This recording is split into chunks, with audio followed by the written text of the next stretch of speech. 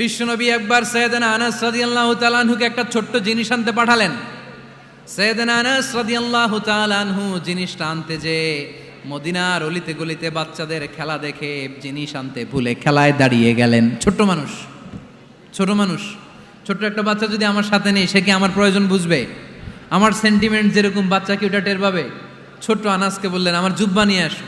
বিষ্ণু ইসলাম শাম দেশের জুব্বা পড়তো, বলতেন জুব্বা নিয়ে এসো। জুব্বা আনতে যখন বেরোলেন আনাস রাদিয়াল্লাহু তাআলা আনহু, দেখলেন মদিনার অলিতে গলিতে বাচ্চারা কুতকুত খেলে। কি খেলে? আপনারা খেলেন তো? এই খেলা দেখে আনাস রাদিয়াল্লাহু তাআলা আনহু ভুলে গেলেন যে বিশ্বনবীর জামা আনতে হবে। উনি ভুলে যে উনিও দাঁড়িয়ে খেলা দেখতে শুরু করলেন। এখন ঘন্টার পর ঘন্টা যায়, আনাসও আসে না, জামাও আসে না। বিশ্বনবী ভাবলেন, হায় রে, আনাস মনে হয় ভুলে গিয়েছে, কি আর করা যাই, নিজের জামা নিজেই নিয়ে আসি। বিশ্বনবী বের হলেন জামা আনতে। বের হয়েই দেখে মদিনার গলিতে বাচ্চারা খেলতেছে, ওইদিকে আনাস রাদিয়াল্লাহু আনহু দাঁড়ানো। বিষ্ণু ইসলাম কিছু বললেন না, যে উনিও আনাস রাদিয়াল্লাহু তাআলা আনহুর পাশে দাঁড়িয়ে খেলা দেখতে আরম্ভ করলেন। সুবহানাল্লাহ পড়বেন না? সাইয়েদনা আনাস খেলা দেখতে দেখতে হঠাৎ বিশ্বনবীর দিকে চোখ পড়ে গেছে। বিশ্বনবীর চোখের দিকে যখন সাইয়েদনা আনাস রাদিয়াল্লাহু তাআলা আনহুর চোখ পড়ে গেছে, সাইয়েদনা আনাস বলে, আমার কলিজাটা এখান থেকে এই দিকে চলে আসছে ভয়ে। কিসে? ভয়ে। উনি বললেন, আমার গলা শুকিয়ে যেতে আরম্ভ করলো, কাঁপতে লাগলাম। হায় হায়, এখন আমার মনে পড়ছে বিশ্বনবীর জামা আনতে পাঠাইছিল, ভুলে গেছে খেলার আবেশে পড়ে। উনি বললেন, বিশ্বনবী আমারে ধমক দেন নাই, আমার গায়ে হাত তোলেন নাই, জামা আনতে পাঠাইছি, এখানে খেলা দেখতেছো এটাও বলেন নাই, বিরক্তিও প্রকাশ করেন নাই। বিশ্বনবী শুধু একটা হাসি দিয়েছেন, স্মাইল। কি দিয়েছেন? একটা মুচকি হাসি দিয়েছেন। কি হাসি? সাইয়েদনা আনাস বলে, ওই যে ওই দিনের বিশ্বনবীর মুচকি হাসির শাসন মরার আগের দিন পর্যন্ত আমি আনাসকে সোজা রাস্তায় রেখেছি, আর ডানে বায়ে নেয় নাই। শাসন করতে জানলে লাঠি লাগে না, শাসন করতে জানলে ধমক লাগে না, শাসন করতে জানলে পিট্টি দেয়া লাগে না। মুচকি হাসি দিয়েও শাসন করা যায় কি যায় না? সাইয়েদনা আনাস বললেন, কোনোদিন মারে নাই, কোনোদিন ধমক দেয় নাই, সব সময় আমাকে আদর করেছে। চিল্লায় পড়েন সুবহানাল্লাহ। এবার খেদমত শুরু করলো সাইয়েদনা আনাস। ছোট্ট মানুষ কি আর করবে, কতটুকু খেদমত আর করতে পারবে? বিশ্বনবীর মেসওয়াকটা এনে দেয়। সুবহানাল্লাহ পড়েন। বিশ্বনবীর আতরের শিশিটা এনে দেয়, বিশ্বনবীর জাইতুনের তেলের বোতলটা আগিয়ে দেয়, বিশ্বনবীর জামাটা প্রয়োজনে বিশ্বনবীর হাতে এনে দেয়। সাইয়েদনা আনাস বলেন, আমি 1 বছর নয়, 2 বছর নয়, 5 বছর নয়, 7 বছর নয়, 10 বছর বিশ্বনবীর খেদমত করেছি। ফামা দরাবানি, 10 বছরে একদিনও তিনি আমারে মারে নাই। সুবহানাল্লাহ।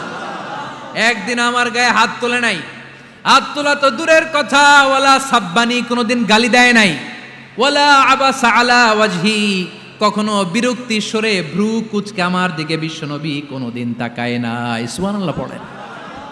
কোনোদিন আমার গায়ে হাত তোলে নাই। আরে হাত তোলা তো দূরের কথা, আমাকে ধমকি পর্যন্ত দেয় নাই। ধমকি দেয়া তো দূরের কথা, আমরা অনেক সময় বিরক্ত হয়ে ভ্রু কুচকাই না। এরকম বিরক্তি হলে আমরা কারোর প্রতি বিরক্ত হলে কি হয়? কপাল ভ্রু কুচকে ওঠে, ঠিক কিনা? সাইয়েদনা আনাস বললেন, কোনোদিন মারে নাই। খাদেম বলতেছে, খাদেম, বড় সাহেবের রিপোর্ট কার থেকে নিতে হয়? হয় খাদেম, নয় দারোয়ান, নয় ঘরের কাজের মেয়ে, তা না হলে ড্রাইভার। বিশ্বনবীর খাদেম বিশ্বনবীর ব্যাপারে কি কমেন্ট করছে? মা সাব্বানি ওয়ালা জারাবানি ওয়ালা আবাসা ফি ওয়াজহি। এই 10 বছরের খেদমতের জিন্দেগিতে কোনোদিন বিশ্বনবী আমারে মারে নাই, গায়ে হাত তোলে নাই। আরে হাত তোলা তো দূরের কথা, একটা ধমকও দেয় নাই। আরে ধমক দেয়া তো দূরের কথা, বিরক্তির সুরে ভ্রু কুচকে আমার দিকে কখনো তিনি তাকায় নাই। চিল্লায় বলো সুবহানাল্লাহ। আর আজকে মাইক পেলে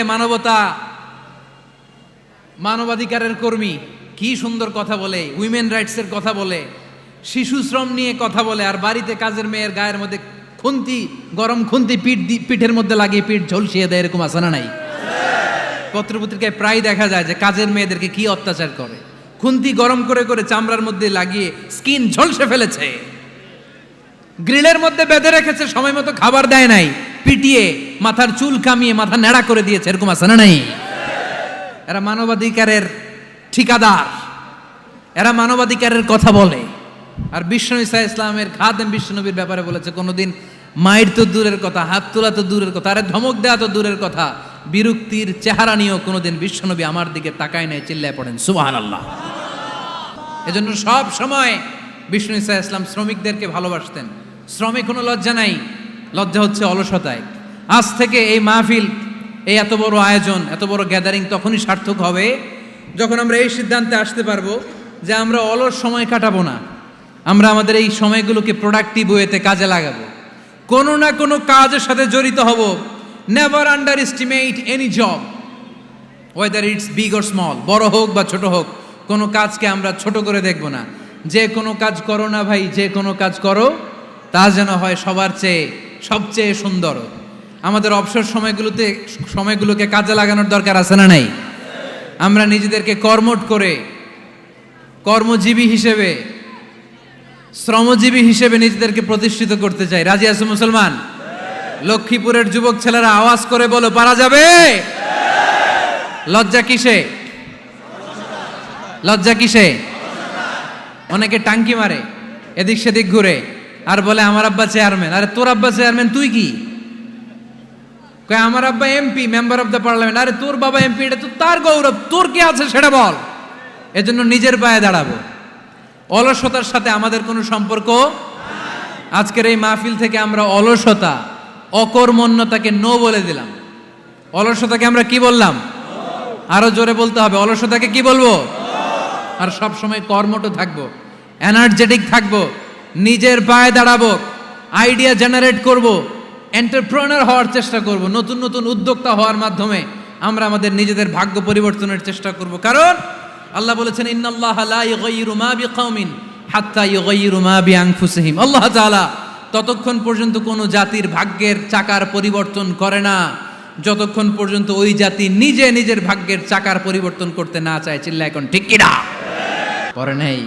আল্লাহ শিক্ষা দিয়েছে, যেই পরিস্থিতিতে থাকো না কেন তোমাকে শ্রম ব্যয় করে, কষ্ট করে তোমার উপার্জন করতে হবে, রিজিকের বন্দোবস্ত করতে হবে। চিল্লায় বলেন ঠিক কিনা? ইসলাম আমাদেরকে এটাই শিখিয়েছে, কাজে লজ্জা নাই। আবার বিশ্বনবী বললেন, ইন খামাতিস সাআ ওয়া ফি ইয়াদি আহাদিকুম ফাসিলাতুন, তোমাদের কারো হাতে যদি একটা চারা বীজ থাকে, সে যদি দেখে কিয়ামত হতে শুরু করেছে, ফাইন ইসতাতাআ আন ইয়াগরিসাহা ক্বাবলা আন তাকুমাস সাআ ফালইয়াগরিসহা।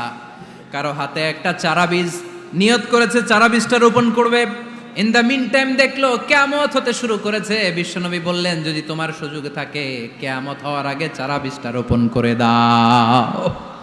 কথা বুঝতে পেরেছেন? আপনার হাতে একটা চারা বীজ, আপনি প্ল্যান করেছেন এই চারা বীজটা রোপণ করবেন। ইন দ্য মিন টাইম দেখলেন কি হওয়া শুরু হয়েছে?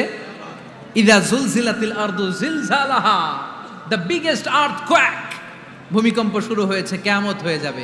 বিশ্বনবী বললেন, কিয়ামত হইতেছে ওদিকে, আর তোমার হাতে যদি চারা বীজ থাকে দেরি করো না, কিয়ামত তোমার কাছ পর্যন্ত আসার আগে সুযোগ পেলে চারা বীজটা রোপণ করে দাও। ইসলাম শিখিয়েছে শেষ নিঃশ্বাস পর্যন্ত তোমাকে লড়ে যেতে হবে। এই পৃথিবীতে কেউ কাউকে জায়গা করে দেয় না, জায়গা করে নিতে হয়। এই পৃথিবীটা, the life is not a bed of roses, এটা ফুল বিছানো কোনো ফুল সজ্জা নয়, এটা কণ্টকাকীর্ণ। কেউ আপনার স্পেস করে দিবে না, কেউ আপনাকে সুযোগ করে দিবে না, কেউ আপনার জায়গা করে দিবে না, বরং আপনি জায়গা করে নিলে টাইনা নিচে নামাবে। কথা বলেন? এজন্য কখনো অলসতাকে স্থান দেয়া যাবে। রসুল বাত্তালি দুক্কানু শয়তান, অলস মস্তিষ্ক শয়তানের আড্ডা। অলস যদি কেউ থাকে, এটারে টেনে বেঁধে কাজে নামাবেন। পারা যাবে? আলহামদুলিল্লাহ, লক্ষ্মীপুরে এরকম অলস ছেলে পেলে নাই।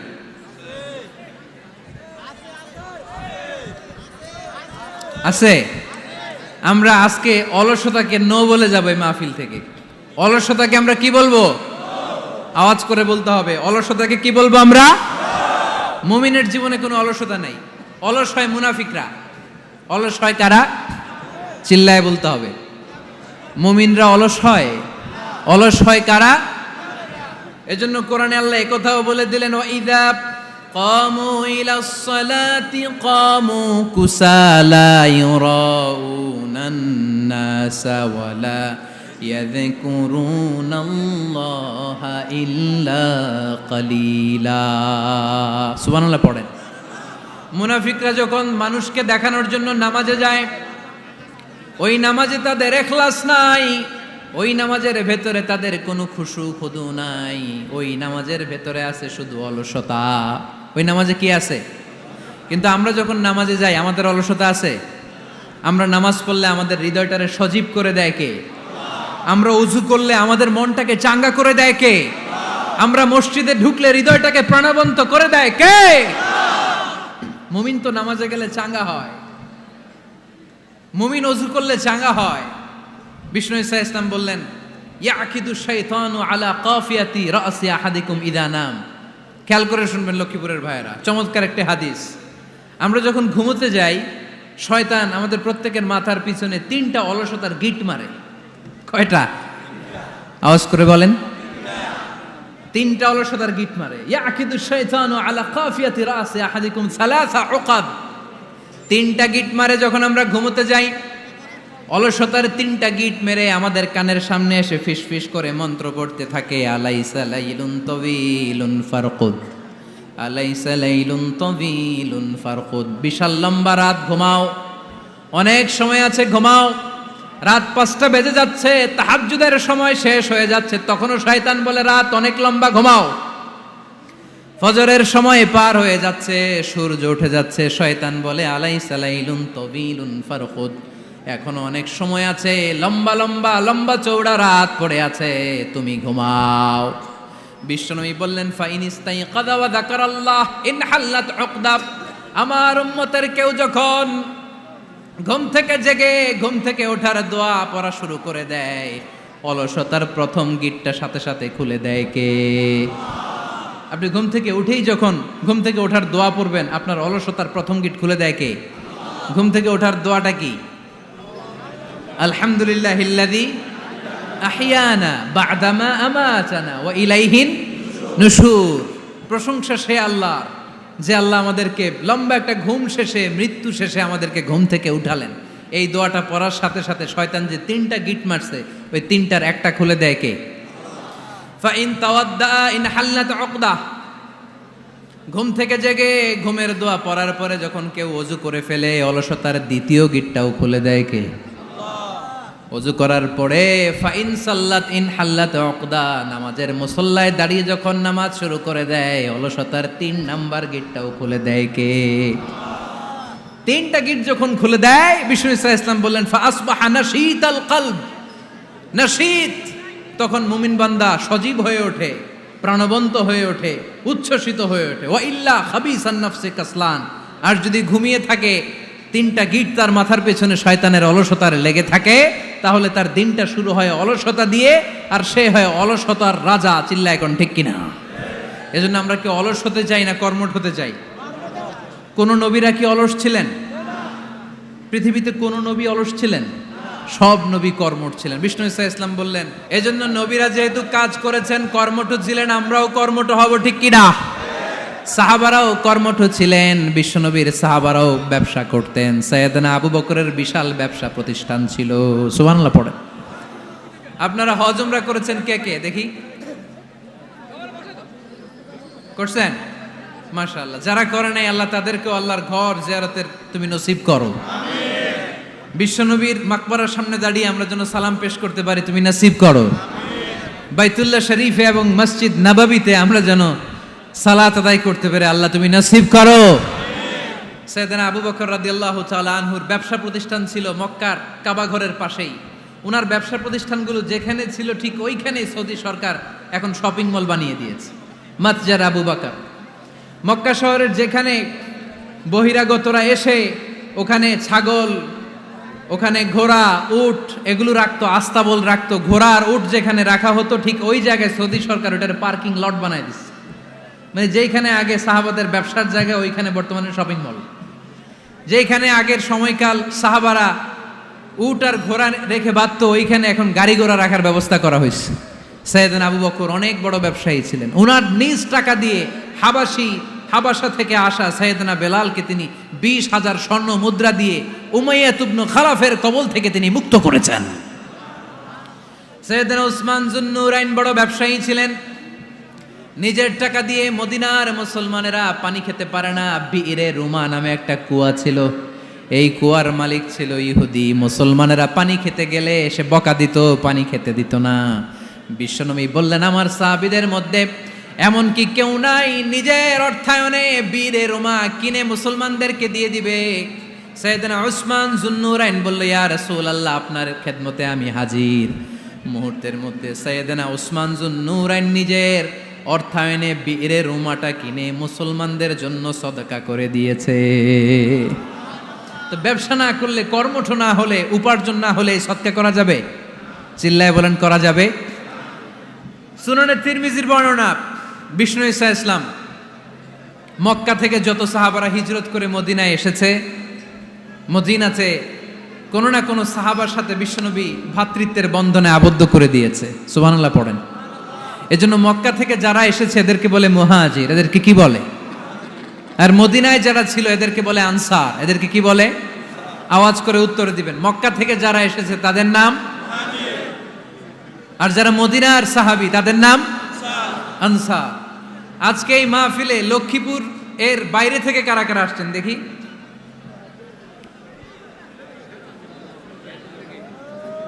মাশাআল্লাহ, মাশাআল্লাহ, অনেক আসছে। আল্লাহ ভাইদেরকে তুমি কবুল করো, হাত নামান।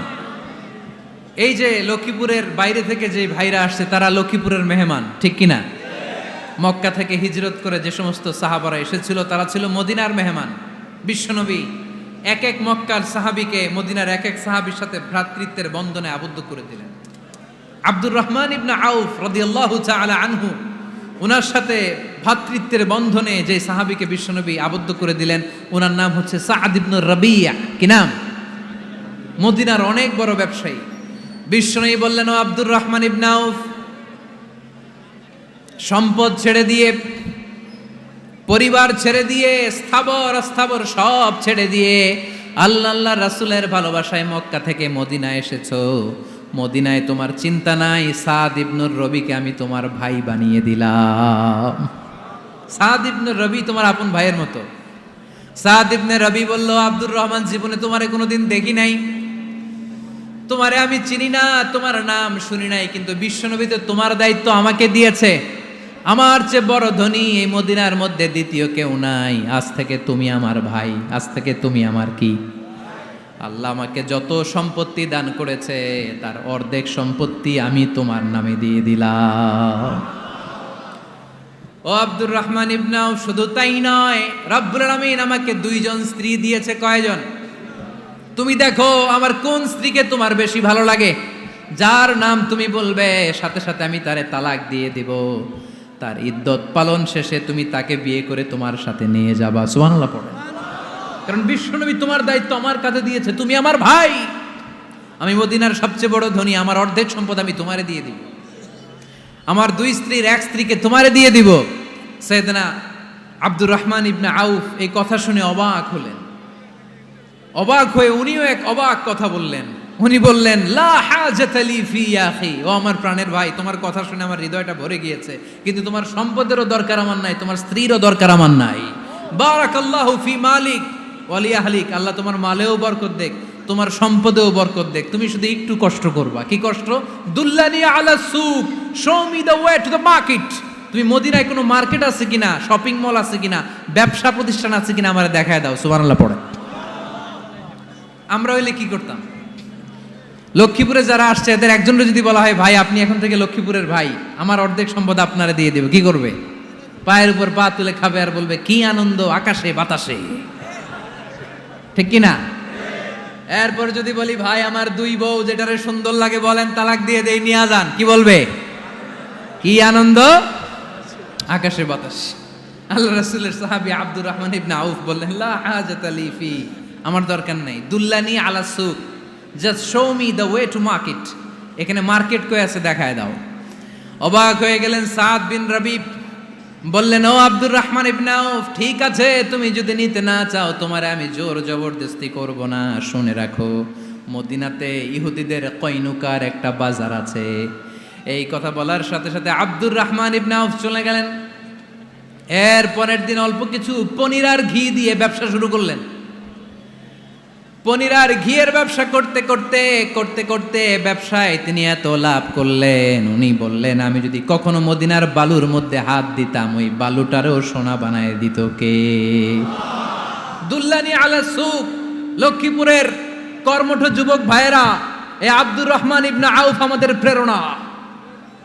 উনি অন্যের ঘাড়ে পাড়া দিয়ে খেতে চায় নাই, আরেকজনের উপর ডিপেন্ডেন্ট বা নির্ভরশীল হতে চায় নাই। তিনি স্বাবলম্বী হওয়ার শিক্ষা লেসেন কিয়ামত পর্যন্ত গোটা বিশ্বের যুবকদের জন্য রেখে গিয়েছে। চিল্লায় বলো ঠিক কিনা?